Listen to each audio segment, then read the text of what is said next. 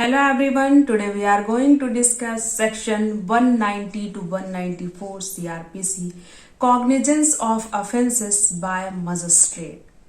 किसी अपराध का संज्ञान कौन लेता है और किस मेथड से लेता है, आज हम इस पर डिस्कशन करेंगे। तो सेक्शन 194 बताता है कि किसी अपराध का संज्ञान मजिस्ट्रेट द्वारा लिया जाता है, लेकिन वो कौन से मजिस्ट्रेट होंगे? या तो प्रथम वर्ग न्यायिक मजिस्ट्रेट या फिर सेकेंड क्लास मजिस्ट्रेट यानी द्वितीय वर्ग न्यायिक मजिस्ट्रेट, जो कि empowered by CGM chief judicial magistrate होगा। सेकेंड क्लास मजिस्ट्रेट को बिना इम्पावर्ड किए डायरेक्ट कॉग्निजेंस लेने का पावर नहीं है। यहाँ पे 190 सेक्शन 190 के सब क्लॉज 2 में बताया गया है कि मुख्य न्यायिक मजिस्ट्रेट जो होता है, जो उसकी क्षमता के अंदर केसेस होते हैं जांच विचारण के, वो अपनी क्षमता को ट्रांसफर करता है इम्पावर्ड करके क्लास 2 मजिस्ट्रेट को कि तुम इस मामले का ट्रायल करो।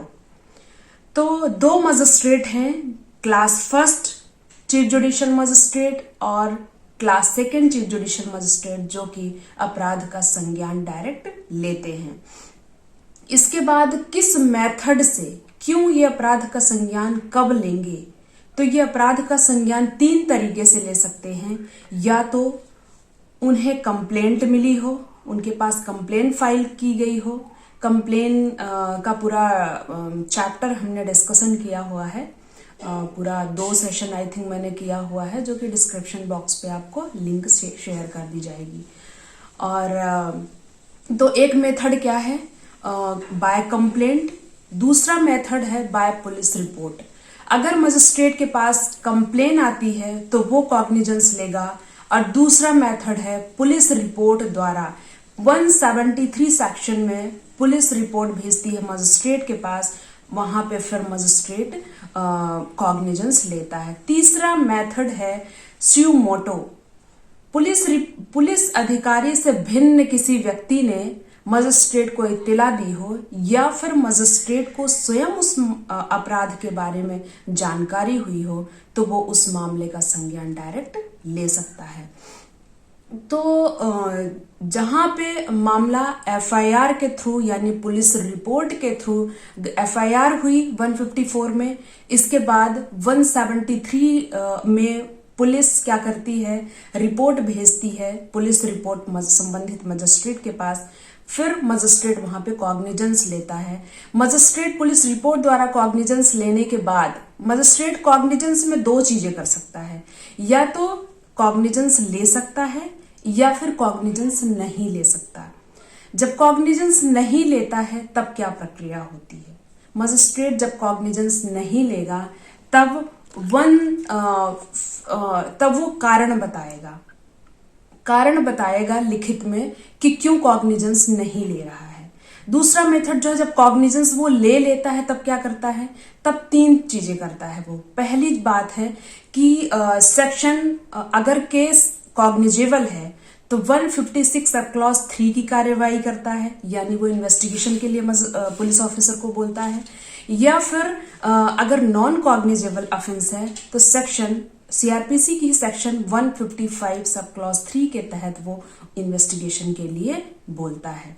ये अगर मजिस्ट्रेट कॉग्निजेंस ले लेता है तब की कार्यवाही है कि वो क्या प्रक्रिया करेगा। तो पहली प्रक्रिया, अगर कॉग्निजेबल केस है, केसेस 2 प्रकार के होते हैं, या तो कॉग्निजेबल या नॉन कॉग्निजेबल। कॉग्निजेबल की प्रक्रिया में 156 सब क्लॉज 3 के तहत कार्यवाही के लिए पुलिस ऑफिसर को इन्वेस्टिगेशन के लिए बोलता है। और यदि नॉन कॉग्निजेबल केस है, ध्यान रखिएगा, सेक्शन 155 सब क्लॉज 3 के तहत वो कार्यवाही करता है। और अगर उसने स्यू मोटो कार्यवाही करी है तो फिर नेक्स्ट सेक्शन आ जाता है, सेक्शन 191। 191 क्या कहता है कि अक्यूज्ड को ट्रांसफर और एप्लीकेशन ऑफ द अक्यूज्ड, अभियुक्त के आवेदन पर अंतरण। अभियुक्त अगर चाहे तो उसको ये ऑप्शन दिया जाता है एग्जामिनेशन से पहले, अक्यूज्ड के साक्ष्य लेने से पहले, अभियुक्त के साक्ष्य से पहले मजिस्ट्रेट उसे ये अधिकार देता है एक तरीके से कि चाहो तो अपना मामला ट्रांसफर करा सकते हो किसी अन्य कोर्ट में, क्योंकि उसने स्यू मोटो कार्यवाही करी है। तो यहाँ पे कहीं वायसनेस का चक्कर ना आ जाए, कहीं ऐसा सुनने को ना मिले कि वायसनेस हुई है, पक्षपात हुआ है, इसलिए कोर्ट वहां पे अक्यूज्ड को ऑप्शन देता है कि चाहे तो मामले को ट्रांसफर करा सकते हो। लेकिन और अब अक्यूज्ड चाहे तो एप्लीकेशन दे सकता है कि हमें मामला अन्य कोर्ट में ट्रायल कराना है। और वहीं पे मान लीजिए एक से ज्यादा अक्यूज्ड है, तब क्या होगा?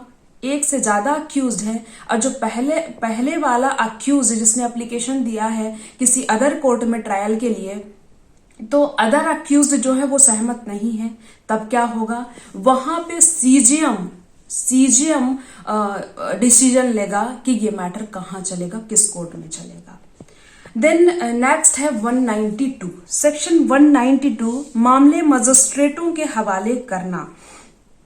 कोई जुडिशियल मजिस्ट्रेट या फिर फर्स्ट क्लास मजिस्ट्रेट चाहे तो अपने अधीनस्थ या सबऑर्डिनेट कोर्ट को मामले को कॉग्निजेंस लेने के बाद इंक्वायरी ट्रायल के लिए ट्रांसफर कर सकता है। ये सेक्शन 192 में बताया गया है। अब देखेंगे सेक्शन 193। सेक्शन 193 बताता है कि क्या सेशन कोर्ट डायरेक्ट कॉग्निजेंस किसी ऑफेंस का ले सकता है? नहीं, डायरेक्ट कॉग्निजेंस सेशन कोर्ट मामले का नहीं लेता, कुछ अपवादों को छोड़ के। या तो इसमें डायरेक्ट लिखा हुआ है इस संहिता द्वारा या तत्समय प्रवृत्त किसी अन्य विधि द्वारा। इसका मतलब ये है या तो इस कोड में ही, इस संहिता में ही बताया गया हो कि डायरेक्ट यहाँ पे कॉग्निजेंस लेगा सेशन न्यायालय, वहां लेगा। जैसे कि इसी सीआरपीसी में ही सेक्शन 199 सब क्लॉज 2 में बताया गया है कि अगर बड़े अधिकारी राष्ट्रपति उपराष्ट्रपति से संबंधित रिलेटेड केसेस हैं, उनके अगेंस्ट कोई केस हुआ है, वहां पे सेशन कोर्ट डायरेक्ट कॉग्निजेंस ले सकता है, डायरेक्ट संज्ञान ले सकता है।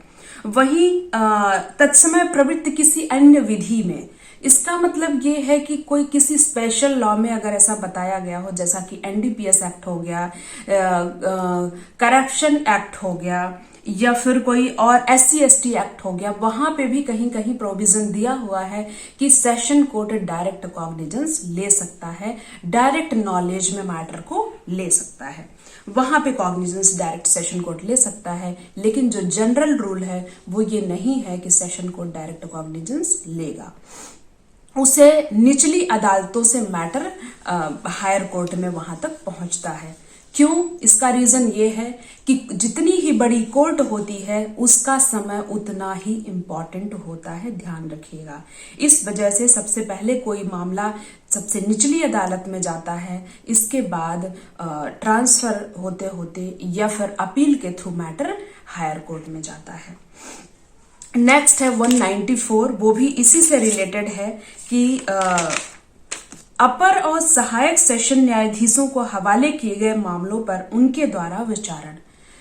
अब जिन मामलों का सेशन कोर्ट ने संज्ञान ले लिया है, संज्ञान लेने के बाद वो अपने अधीनस्थ मजिस्ट्रेट को यानी अपर या फिर सहायक सेशन न्यायाधीश को मामले को ट्रायल करने के लिए उनके पास ट्रांसफर कर सकता है, भेज सकता है, और टाइम टू टाइम रूल बना के, स्पेशल रूल बना के, और उन्हें बता सकता है कि कैसे इस मामले का ट्रायल करना है।